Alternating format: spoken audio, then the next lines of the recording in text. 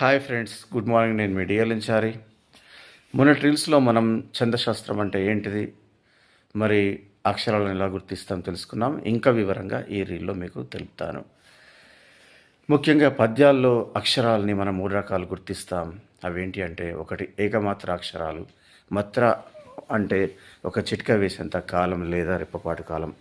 ఏకమాత్ర అక్షరాలు అ, ఇ, క, గ, చ దీర్ఘం లేని అక్షరాలు. ద్విమాత్ర అక్షరాలు అంటే 2 చిటికలు వేసేంత కాలంలో పలకబడే అక్షరాలు. ఆ, కా, గా మొదలైన దీర్ఘాక్షరాలు. సున్నతో కూడిన అక్షరాలు అం, కం, గం, చెం మొదలైనవి. అలాగే విసర్గతో కూడిన అక్షరాలు అహ, కహ, గహ, చెహ మొదలైనటువంటివి. అలాగే ద్విత్వాక్షరానికి ముందున్న అక్షరాలు అక్క, అమ్మ, అత్త మొదలైనవి.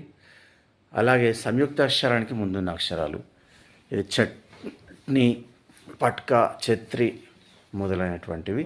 వీటన్నిటిని మనం గురువుతో గుర్తిస్తాం. అలాగే పద్యాలలో కూడా జాతులు ఉంటాయి. అవి 3 రకాలు. ఒకటి వృత్తాలు, 2 జాతులు, 3 ఉపజాతులు. వృత్తాలు అతి ముఖ్యమైనటువంటి ఉత్పలమాల, చెంపకమాల, శార్దూలము, మత్తెబం. అలాగే జాతులు కంద పద్యం, ద్విపద. అలాగే ఉపజాతులని వేటిని అంటారు? ఆటవెలది, తేటగీతి, సీసం. అలాగే ముత్యాల సరాలు, తెలుగు ఛందస్సు, దీనిని కూడా ఉపజాతి కిందనే గుర్తిస్తారు. ఇవి ఈ రీల్లో మనం తెలుసుకున్నటువంటి విశేషాలు. మిత్రులారా, తదుపరి రీల్ లోపల మీకు ఏ పద్యాలలో ఏ గణాలు ఉంటాయో తెలుపుతాను.